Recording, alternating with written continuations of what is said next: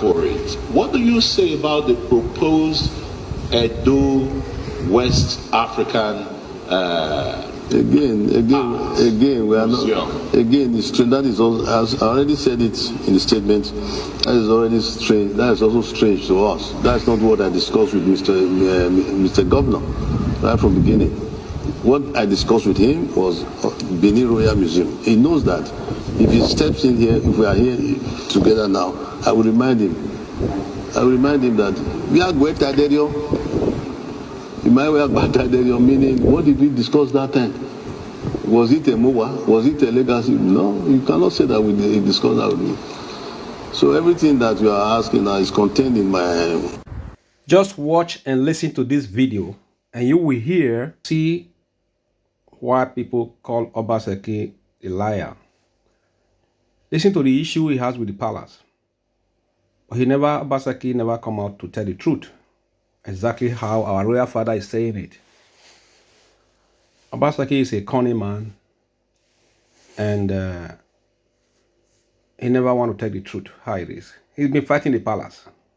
So just listen to this full video and we hear the way our royal father analyzed everything. With these bring controversy.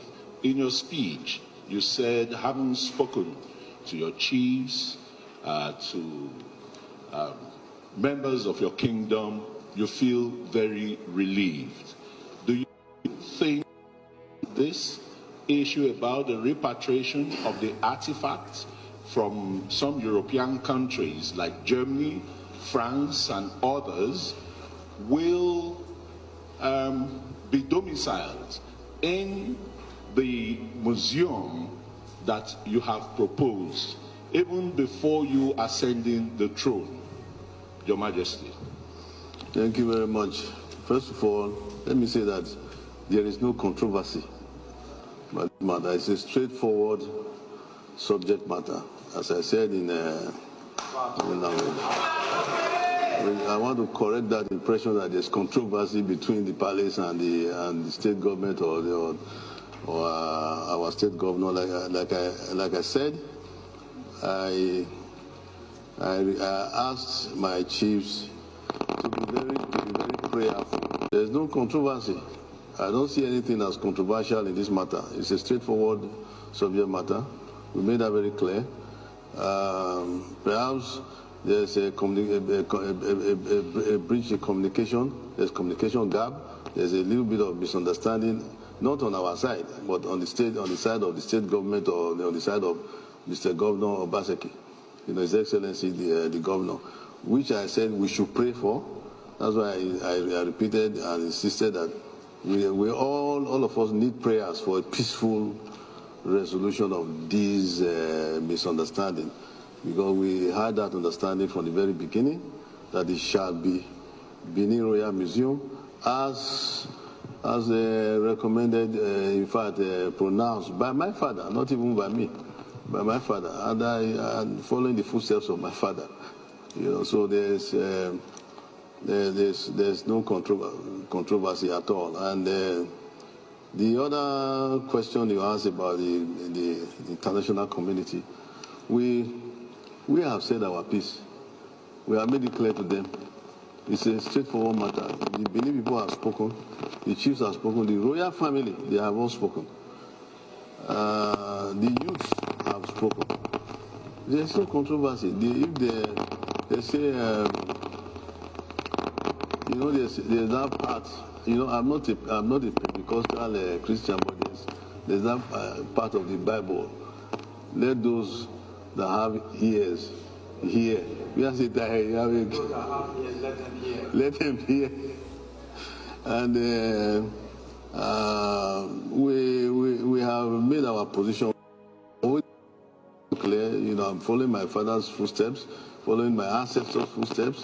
It is not just only my call. It's not only my statement.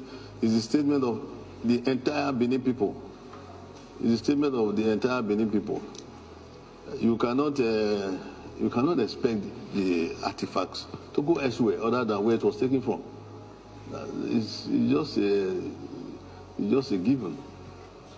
So I think the international community will be wise. Last year when I intervened in that political problem they were having, 2020 and all that, we thank God there was peace. Peace reigned and there was no bullet fired. And the next day or 2 days after, there was a publication in the Vanguard and the Nation, I think. Each one of them, I was surprised, they dubbed me the King of Peace. So we are peaceful people. We don't need to say it ourselves. People have recognized that we like peace. We don't like controversy. We like peaceful resolution. Without peace, there's no development. Without peace, you cannot enjoy yourself. You cannot enjoy yourself when there's quarrel. You need to party traditional manner. You need to have groups come and entertain people, drink, merry. We are not happy that first of all, I tackled the issue of human trafficking before me. I had to come out and speak. Then the next was, let me say, first of all, the CDA issue, and then the human trafficking issue. Everybody came running to me. The NAPTIP DG, made a representation and appealed to me to please speak so that I can control those native doctors that they talked about. I said, okay, I will. And I came out because they were rubbishing the image of Benin. And I can't stand here and let them rubbish the image of my people. So we have to do something about it. Like that has never been done. Even the chiefs were surprised what I did. That they never knew that we have such traditional devices that could command. I told them all the native doctors here are under our control. Those that don't want to be under our control will go to hell. They'll go to hellfire, hellhole as the Pentecostal Christians will. So we advise them to stay away from holding these people to ransom, these girls to ransom, and making them swear oaths, take oaths, and let them so that they can feel free to speak to NAPTIP and human trafficking agencies and all that. So the same thing, what I'm saying here is peace. Pray for the governor. Perhaps there are some unscrupulous people. They say money is the root of all evil. The information I'm getting is a lot. I don't want to say it all here. Information I'm getting is a lot, but bottom line of it is that there seems to be monetary attraction, financial attraction inside of all these schemes. Financial attraction. And everybody can still gain if you go the right way. God will bless you.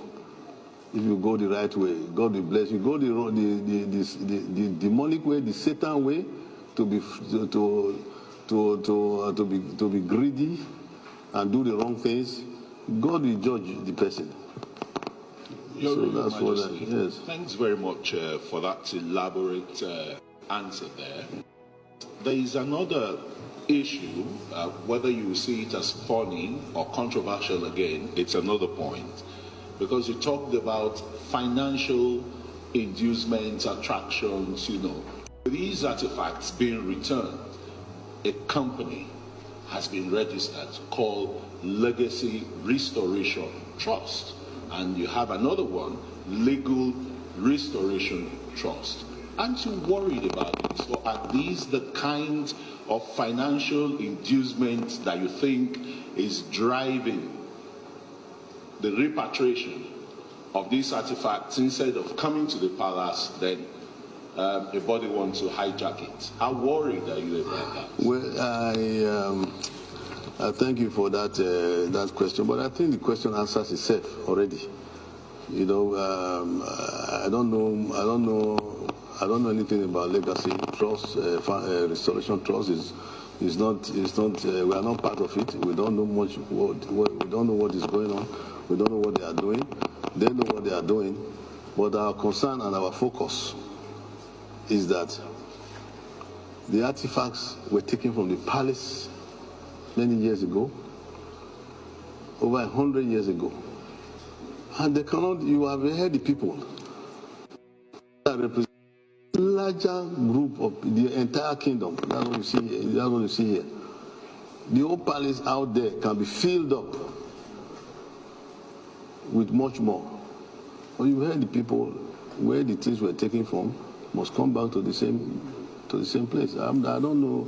I can't really comment on the financial motive of legacy trust or restoration trust or something. I don't even remember the names properly. You know, I don't know what their financial plan is about. You cannot have financial plan about our artifacts. That's not possible. So those that want to look at it like that, they are being misled. That's why I said we should pray. We should pray for them.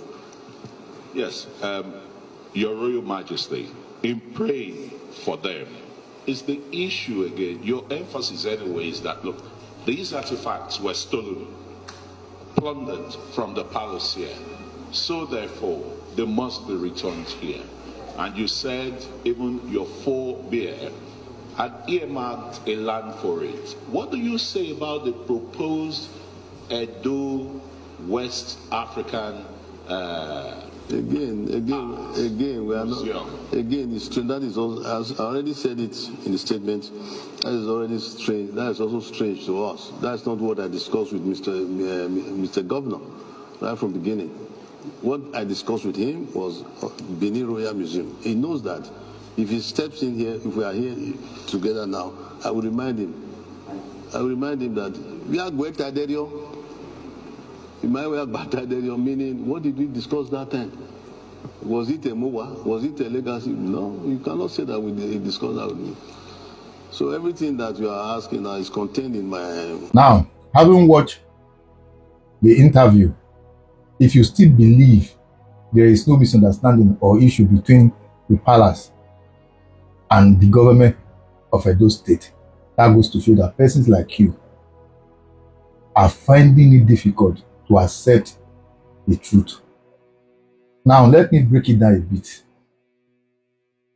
When Governor Obaseki was contesting in 2020, when he was chased out of APC to PDP, as at that time, the palace were making huge arrangements regarding the artifacts that they are bringing all over the world. He sat with our monarch and he proposed everything to him that this is what we intend to do. We want to build a world-class museum. How can you be of help or assistance? How do we collaborate? Governor Obaseki accepted that everything is going to be under the palace. They are going to build it. They are going to make it a world standard museum. That was their arrangement. But after winning the second term, after the swearing in, the palace was so shocked when the government of Edo State were now building what they call EMOA, former Central Hospital, destroyed that hospital there and started building another museum, forgetting the arrangement he had with the palace. And that is why up till now, when you ask him, why have you not visited the palace? He can't tell you anything because he knows the promise he made for swearing in into power. And today he do not want to fulfill that same promise. And that is why he is shying away or running away from the palace. And that is just the main truth. So sometimes if you don't know the truth, there's every possibility to carry that same rumor that you knew nothing about and which sentiment out of the law maybe you have for the government and all that. Palace is not a place that no one can access. Ask him when was the last time he visited the palace. Did he at any point in time visit that palace where he was asked to go back that the Oba did not want to see him? No. It's so unfortunate that Aswa Ighodalo was another victim of these circumstances. But all the same, I will not also pity him, because if he were to be that same person who always yield to advice and he had a good advisor, if Obaseki has issue with the palace, I don't think Aswell would also have issue with the palace as well. What now happened to him and his campaign team going to the palace? I am not saying him not going to the palace is the reason why he lost the election, but sometimes try as much as possible. If you want me as a child to respect you, respect my father as well. I believe that would have also contributed to him winning the election, but he never did that, because somebody already tell them, say, forget it, we are finishing well, whether palace day not there, we must win Benin. Anyway, that is just a simple truth. Share and follow the page. Thank you as you do so. Bye-bye. Talk later.